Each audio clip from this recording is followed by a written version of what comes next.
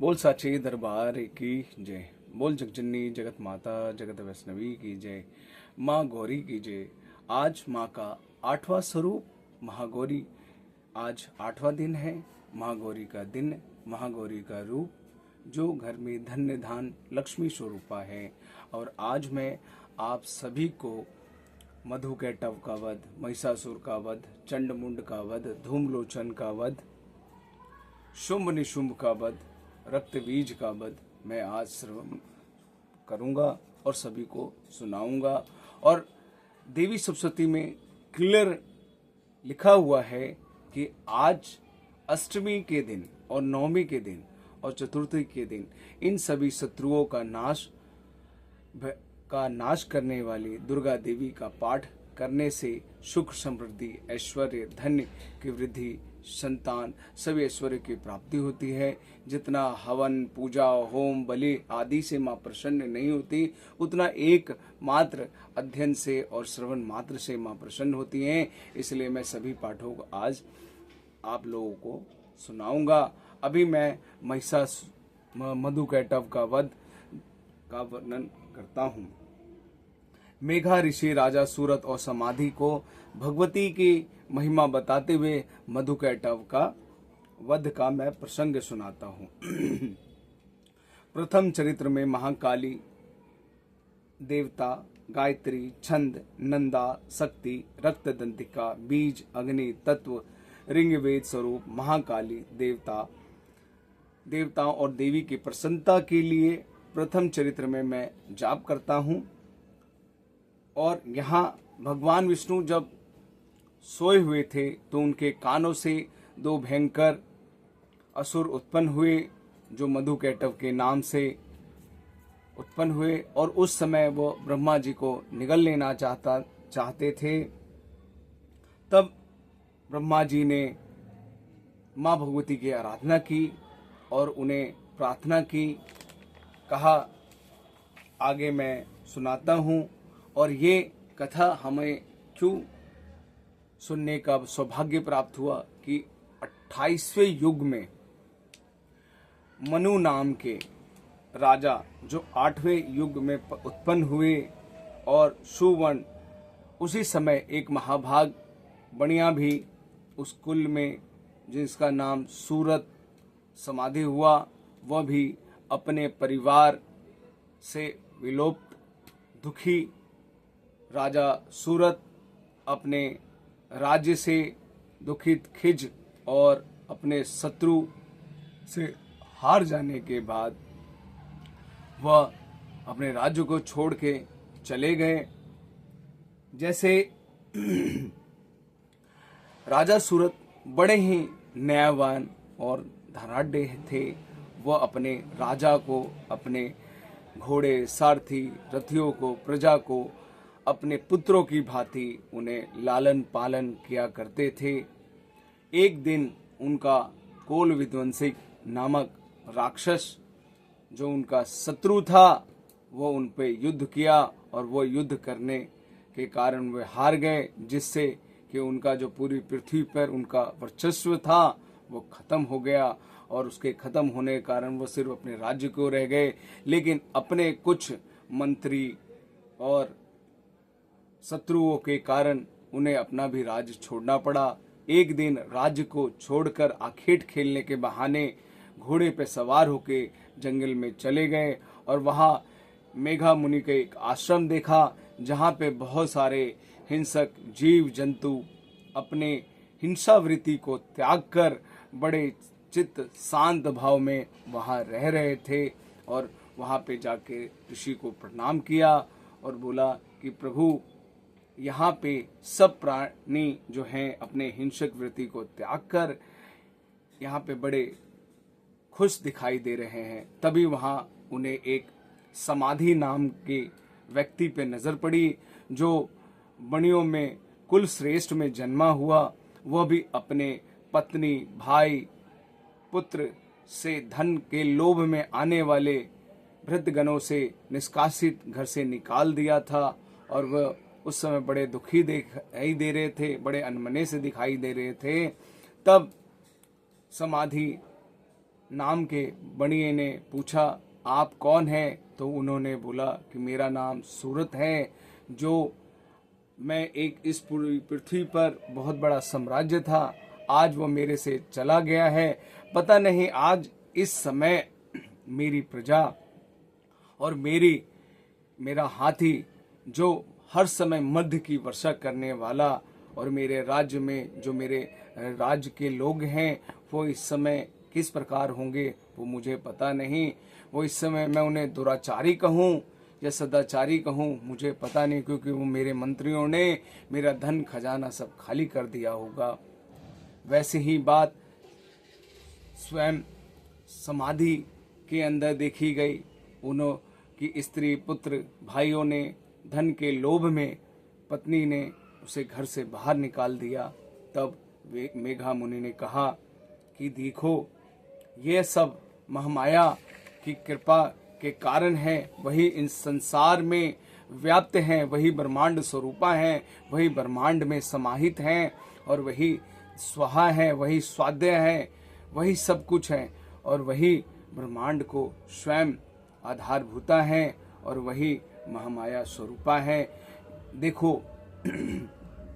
तब राजा ने ऋषि से कहा कि हे प्रभु, आप जिन्हें महामाया की संज्ञा दे रहे हैं वे देवी कौन है, और उनका क्या स्वरूप है, उनका क्या रूप है, और वो देखने में कैसे हैं, और इस प्रकार हम भी आपसे जानना चाहते हैं, कृपया हमें भी बताएं। तब राजा ने कहा, देखो, वह महामाया जैसे हम प्राणी दिन और रात दोनों ही बराबर देख सकते हैं। कुछ प्राणी दिन में देख सकते हैं तो कुछ रात में देख सकते हैं, तो कुछ दोनों ही समय देख सकते हैं। और इन प्राणियों को देखो, इन पक्षियों को देखो, स्वयं भूखे रह के अपने बच्चों के चोंच से मुंह में दाने डाल रहे हैं जिससे वह भूखा ना रहे। लेकिन हम मनुष्य थोड़े से उपकार का बदला पाने के लिए हम ललाहित रहते हैं और देवताओं और से प्रार्थना करते हैं कि हमें हमारी मनोकामनाएं पूर्ण हो। फिर भी हम मनुष्य बड़े ही लोभी हैं। इसलिए इस संसार में विषय मार्ग को जानने वाले और इस ममता मई संसार रूपणी माँ भगवती ने जगत को व्याप्त कर रखा है। और इस विषय मार्ग में आपको मैं बताना चाहता हूँ, भगवती इस तरह से जैसे तुम इस संसार के स्थिति जन्म मरण की बनाए रखने वाली भगवती महामाया के प्रभाव से भव सागर में युक्त मोह गहरे गर्त में गिरे हुए हैं, इसलिए आश्चर्य की कोई बात नहीं। उन्होंने स्वयं भगवान जगदीश्वर भगवान विष्णु को योग निद्रा में मोहित कर रखा है। तो भगवती महादेवी ज्ञानियों को चित्त को बलपूर्वक खींच के उन्हें मुंह में डाल देती हैं, और वे ही इस संपूर्ण जगत की सृष्टि करती है। वही प्रसन्न होने पर मनुष्य को मुक्ति का वरदान देती हैं, और वही संसार बंधन है जो हे मोक्ष भूता सनातनी देवी वे संपन्न की सभी ऐश्वर्यों की हैं।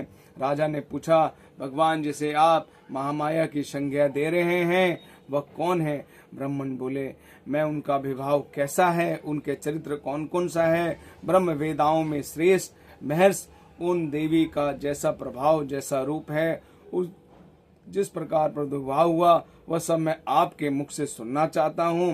राजन, वास्तव में वह नित्य स्वरूपा है, वह उनका कोई जन्म नहीं है, वो जन्म मरण बंधन से मुक्त हैं। वही शक्ति स्वरूपा हैं, वही ब्रह्मांड को व्याप्त कर रखी हैं।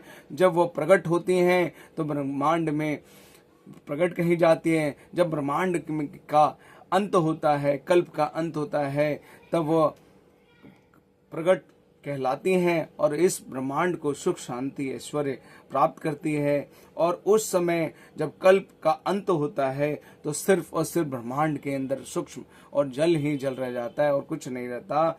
उस समय जब पूरा ब्रह्मांड सूक्ष्म था, वहां पे भगवान विष्णु शेष शैया पे विराजमान घोर निद्रा में विराजित थे। उस समय ब्रह्मा जी ने माँ भगवती की आराधना की और उनके सोए हुए जाने पर उनके मैल से दो भयंकर असुर उत्पन्न हुए जो मधुकैटव के नाम से विख्यात थे। दोनों ब्रह्मा जी को तत्पर खाने के लिए तैयार हुए और वह ब्रह्मा जी भगवान विष्णु के नाभि कमल में विराजित थे। उन दोनों के भय से उन्होंने भगवती को जगाया। भगवान को सोया हुआ देखकर भगवती से बोले कि हे भगवती, आप विश्व के अधीश्वरी हैं, जगत को धारण करने वाली है, संसार पालन संहार करने वाली है। तेज स्वरूपा भगवान विष्णु के अनुकंप शक्ति और भगवती निद्रा रूपी ब्रह्मा की स्तुति करने पे भी आप हैं। ब्रह्मा जी ने कहा, हे देवी, आप ही स्वाहा, आप ही स्वाध्या, तुम ही वस्त्रकार, तुम ही स्वर, तुम ही उकार अकार मकार, मतलब जितने भी मात्राएं हैं सब आप में हैं। बिंदु नित्य अर्ध मात्रा विशेषकर उच्चारण किया जाने वाला सभी शब्द स्वरूपा आप ही हैं। आप ही संध्या है, आप ही सावित्री हैं, आप ही जननी हैं। आपने विश्व ब्रह्मांड को धारण करती हो, तुमने ही इस जगत को सृष्टि और तुम्ही ने इसका पालन करती हो और सदा तुम ही कल्प के अंत में सबको अपना ग्रास बना लेती हो और सृष्टि स्वरूपा पालन काल में स्थिति स्वरूपा और कल्प के अंत में संहार रूप धारण करने वाली हो। तुम्ही महामाया, महाविद्या और महामेघा और महासमृति, महास्वरूपा, महादेवी और महासुरी, तुम्ही तीनों गुणों को उत्पन्न करने वाली, सब प्रकृति और भय कालरात्रि, महारात्रि, मोहरात्रि, घोर रात्रि, तुम्ही श्रृंग हिंग ईश्वर्य, तुम्ही बौद्ध स्वरूपा, बुद्धि लज्जा पृष्टि तृष्टि शांति क्षमा भी तुम्ही हो। तुम खड़ग धारणी, शूल धारणी, घोर रूपा, गदा शंख चक्र धनुष धारण करने वाली हो।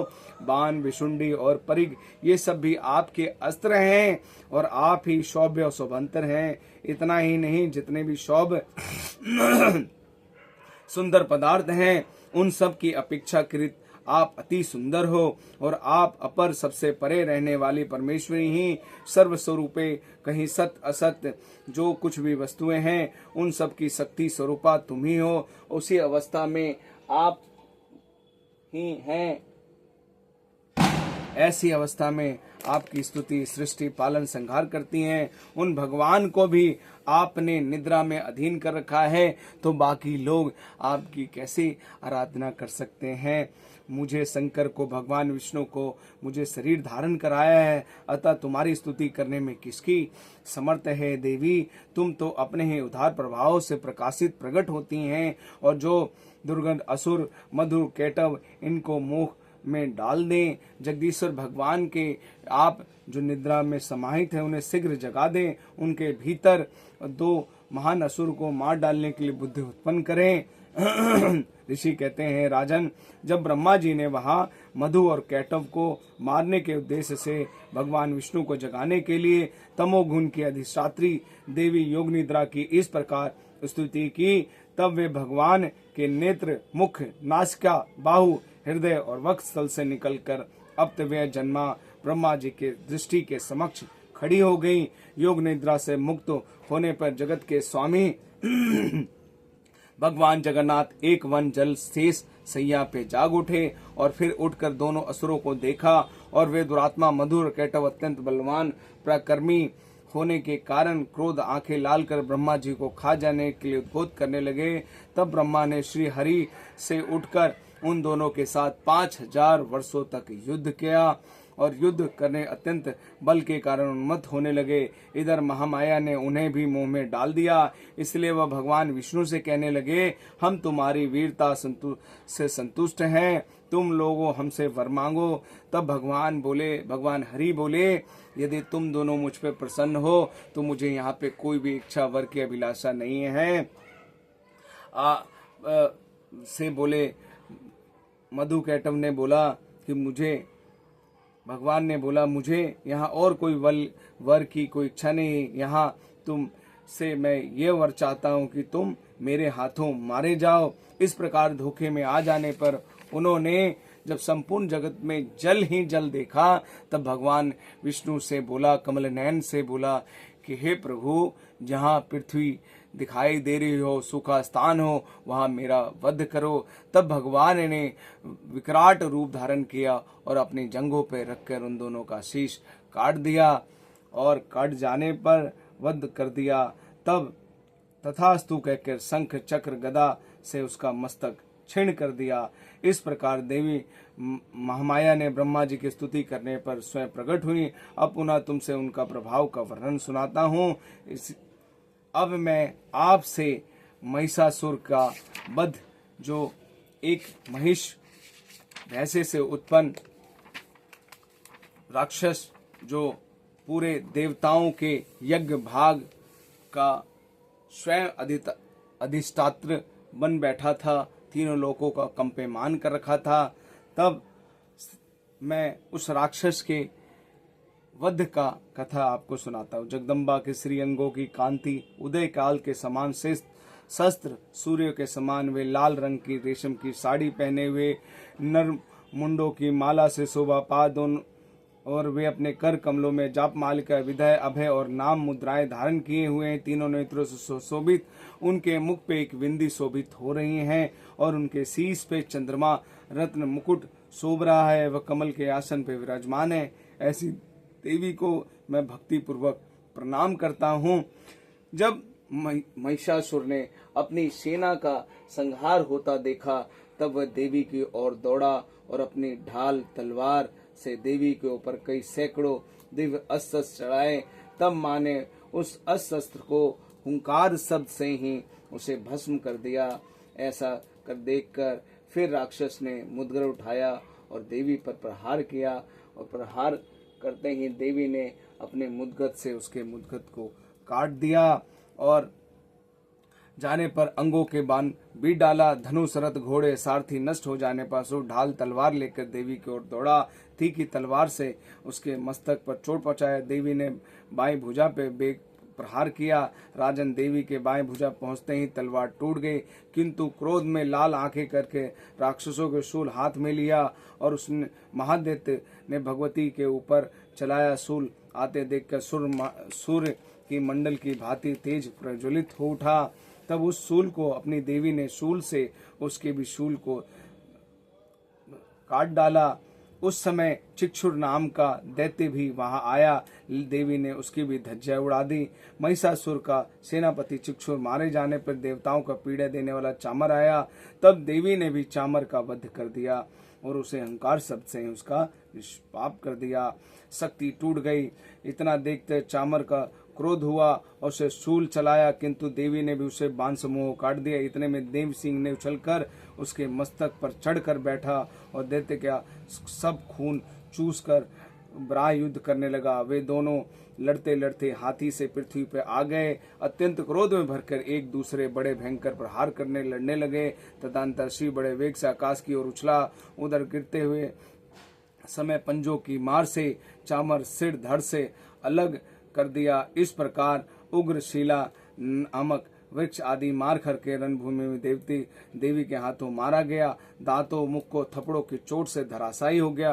क्रोध में भरी हुई देवी ने गदा के चोट से उसका कचूमर निकाल दिया। भिंदी पाल वर्षण काल तम्र अंधक को मौत के घाट उतार दिया। तीनों नेत्रों में परमेश्वरी, तीन लोकों में उग्र उग्र वीर्या महाअनुनेमक दैत्यों का भी वध कर डाला। तलवार की चोट से विडाल नामक मस्तक को भी धड़ से अलग कर दिया। दुर्धर दुर्मुख इन दोनों का भी उसे वानों से यमलोक भेज दिया। इस प्रकार अपनी सेना का संहार होते देखकर महिषासुर भी क्रोध में आकर देवी के गणों को त्रासने लगा। देवी के गणों को परेशान करने लगा और अपना रूप त्याग कर भैंसे का रूप धारण कर लिया और सभी देवताओं को परेशान करने लगा। तब देवी ने बड़ी भारी तलवार से उसका मस्तक काटने के लिए तैयार हुई। तब इतने देर में ही वह पुरुष रूप में प्रकट हुआ और देवी से वह युद्ध करने लगा। फिर उसने अपना रूप धारण भैंसे का रूप धारण किया और बड़े बड़े पर्वतों को देवी के ऊपर फेंकने लगा। देवी ने उसे हुंकार शब्द से ही उसका टुकड़े टुकड़े कर दिए और उस समय चंडिका के ऊपर वध करने के लिए महान क्रोध उत्पन्न हुआ और उसने पाश फेंककर उस महान असुर को मां ने बांध लिया। उस महासंग्राम में बन जाने पर उसने भैंसे का रूप त्याग दिया और तत्काल सिंह के रूप में वो प्रकट हुआ। उस अवस्था में जगदम्बा ने जो ही उसका मस्तक काटने के लिए तैयार हुई, तो ही वह खड़गधारी पुरुष के रूप में दिखाई देने लगा। तब देवी ने तुरंत बाणों से उसे वर्षाकार कर ढाल और तलवार के साथ उसे पुरुष को बीट डाला। इतने में ही उस महान गजराज के रूप में वो प्रवृत्त हो गया और उसने देवी के सिंह को सूंड से खींचने लगा। तब देवी ने उसके सूंड को काट डाली। उस महादैत्य ने फिर पुनः भैंसे का शरीर धारण कर लिया और फिर चराचर प्राणियों के जगत को कुल को व्याप्त करने लगा। क्रोध में भरी हुई जगदम्बा ने चंडिका को बारंबार उत्तम मधु का पान लाल आंखें करके हंसने लगी। उधर वह बल और पराक्रम में मद में उन्मत्त राक्षस गर्जना करने और सिंहों के चंडिका के ऊपर पर्वतें फेंकने लगा। उस समय देवी के आने बाण समूह को फेंक कर पर्वतों को चूर्ण करती हुई बोली और उनका मुख मद में लाल होकर वाणी लड़खड़ाने लगी। देवी ने कहा, अरे मूढ़, मैं जब तक मधु पी रही हूँ तब तक तू खूब गरज ले।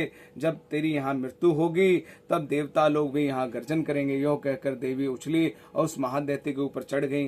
पैर से दबा होने पर भी उसने सूल माने उसके कंठ में सूल का आघात किया। उससे पैर से दबा होने पर भी महिषासुर ने अपना एक दूसरा रूप बाहर निकाला और वे आधा शरीर से बाहर निकल पाया था। देवी ने उसे प्रभाव से रोक दिया।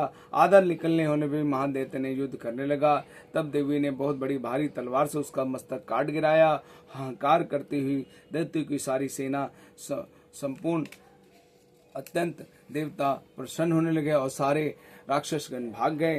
देवताओं ने दिव्य महर्षियों के साथ दुर्गा देवी का प्रार्थना किया। गंधर्व गाने लगे, अप्सराएं नृत्य करने लगी। इसके और महिषासुर का वध हुआ।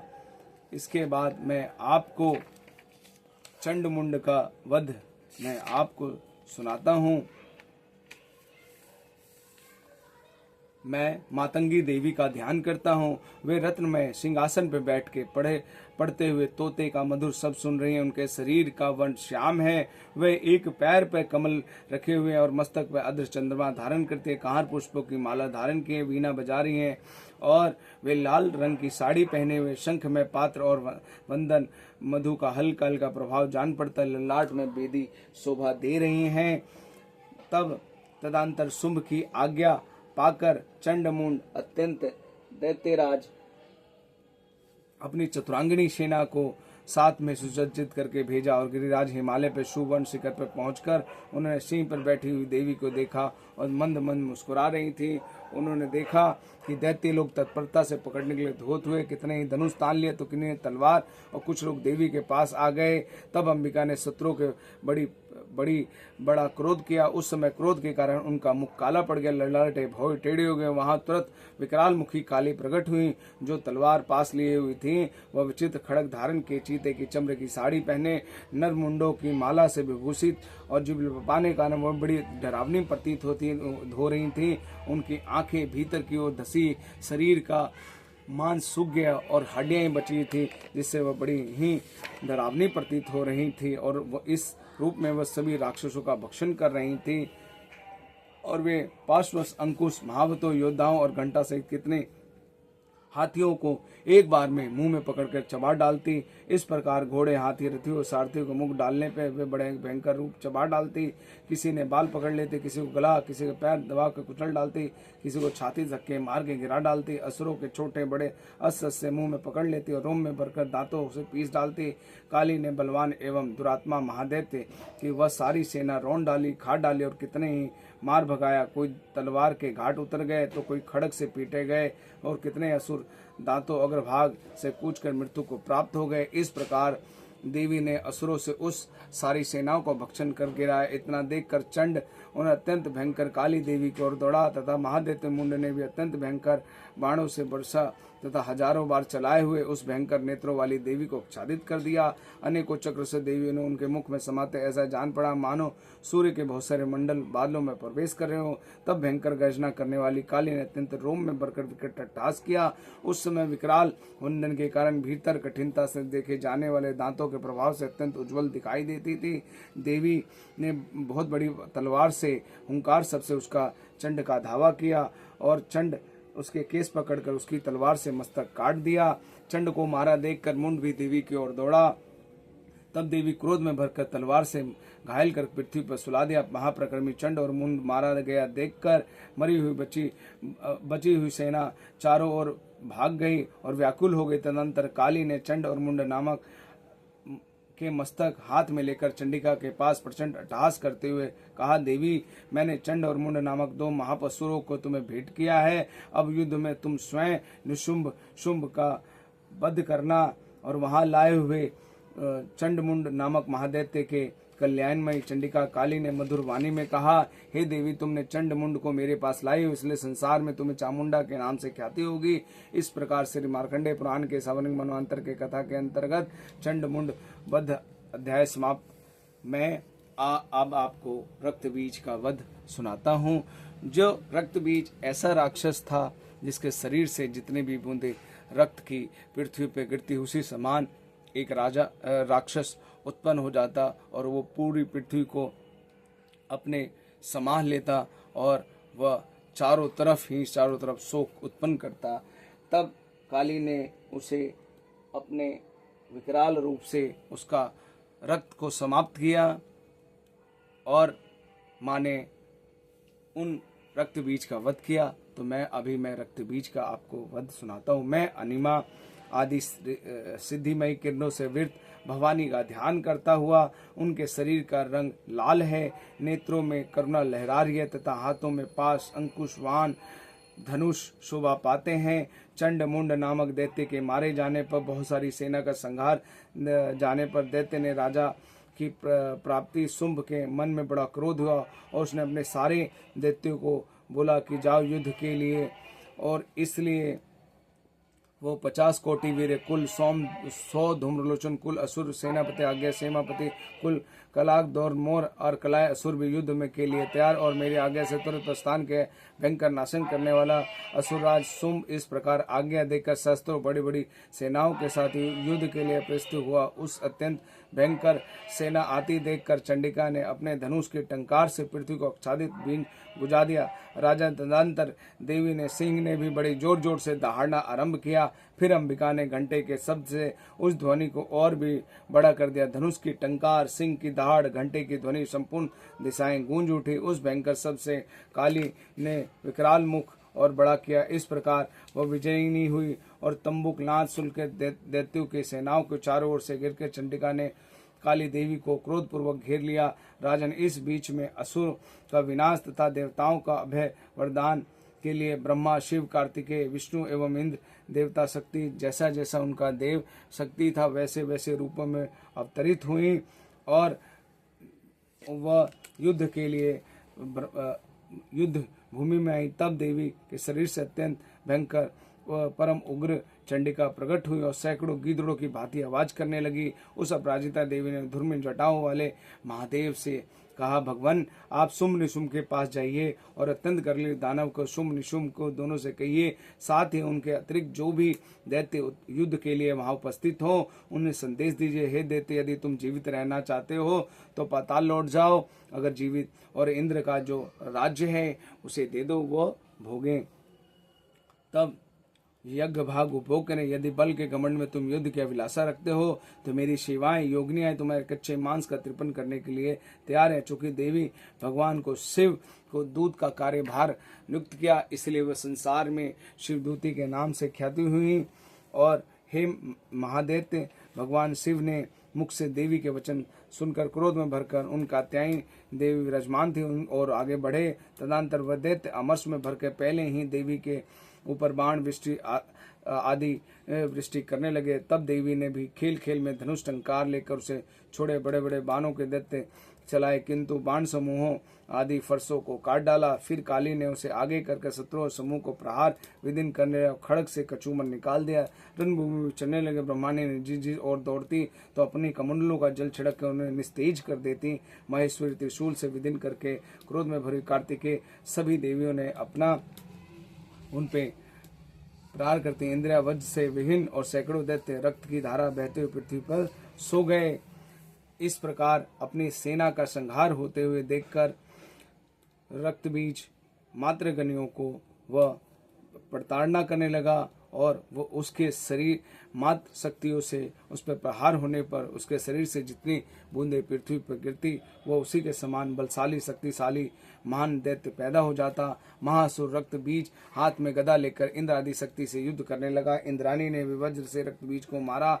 वज्र के घायल होने से उसके शरीर से बहुत रक्त छूने लगा। उसके शरीर समान रूप वाला प्रकर में योद्धा उत्पन्न होने लगा। उसके शरीर से रक्त की जितनी बूंदें गिरी उतने ही पुरुष उत्पन्न हो गए। वे सब रक्त बीज के समान वीर्यवान बलवान पराक्रमी वे रक्त उत्पन्न होने वाले पुरुष भी अत्यंत भयंकर अस्त्रों का प्रहार करते हुए महा मृतगण के साथ घोर युद्ध करने लगे। पुनः वज्र और प्रहार से जब उसका मस्तक घायल हुआ तब रक्त के बहने लगा और उससे हजारों पुरुष उत्पन्न हो गए। वैष्णवी ने युद्ध में रक्त बीज पर चक्र का प्रहार किया तथा इंद्री ने दैत्य सेनापति के गदा से चोट पहुंचाई।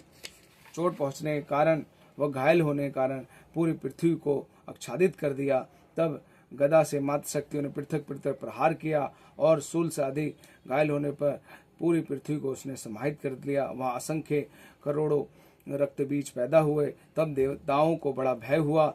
देवताओं को उदास देखकर चंडिका ने काली से शीघ्रतापूर्वक कहा, हे चामुंडा, तुम अपने मुख को और भी फैलाओ और मेरे शस्त्रपात से गिरने वाले रक्त बिंदु जो पृथ्वी पर गिरेंगे उनमें उत्पन्न होने वाले महादैत्य को तुम अपने उतावले मुख में खा जाओ। इस प्रकार रक्त से उत्पन्न होने वाले महादैत्य का भक्षण करती हुई रन में विचरने लगी। ऐसा करने से उन महादैत्य का रक्त छीन हो जाएगा और वह स्वयं नष्ट हो जाएंगे। उस भयंकर दैत्य को जब तुम खा जाओगी तो दूसरे दैत्य नहीं उत्पन्न होंगे। काली ने यो कहकर चंडिका देवी से कहा, शूल से रक्त बीज को मारा और काली ने अपने मुख से उसका रक्त पी लिया और उसके वहां चंडिका ने गदा प्रहार करके, किंतु उस गदापात से देवी को तनिक वेदना नहीं हुई। रक्त बीज घायल शरीर से सारा रक्त गिर गया, किंतु जो ही गिरा चामुंडा ने उसे अपने मुख में चट कर लिया। रक्त के गिरने से काली के मुख से जो महादैत्य उत्पन्न हुए उन्हें माँ ने अपने मुख में ही उन सबको चबा डाली और चट कर गई। रक्त बीज का रक्त समाप्त होने पर देवी ने रक्त बीज का वध किया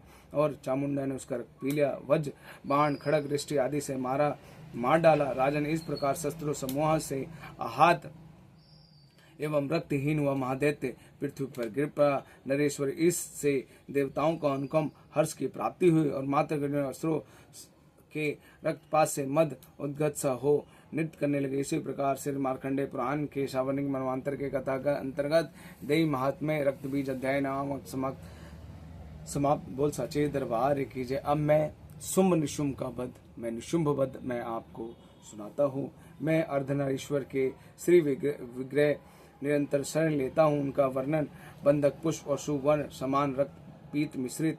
वह अपनी भुजाओं में सुंदर अक्षय माला पास अंकुश वर्ण मुद्रा धारण करते। अद्र चंद्रमा उनका भूषण व तीनों नेत्रों से शोभित है। भगवान आपने रक्त बीज के वध में संबंध में रखने वाले देवी चरित्र का व्युत मात्र मुझे बताया। अब रक्त बीज के मारे जाने पर अत्यंत क्रोध में भरे हुए शुंभ निशुंभ ने जो कर्म किया उसे मैं आप सुनाता हूँ। ऋषि कहते हैं, राजन, युद्ध भूमि में अन्य दैत्य के मारे जाने पर शुंभ और निशुंभ की क्रोध की सीमा न रही। अपनी विशाल सेना का संहार होता देखकर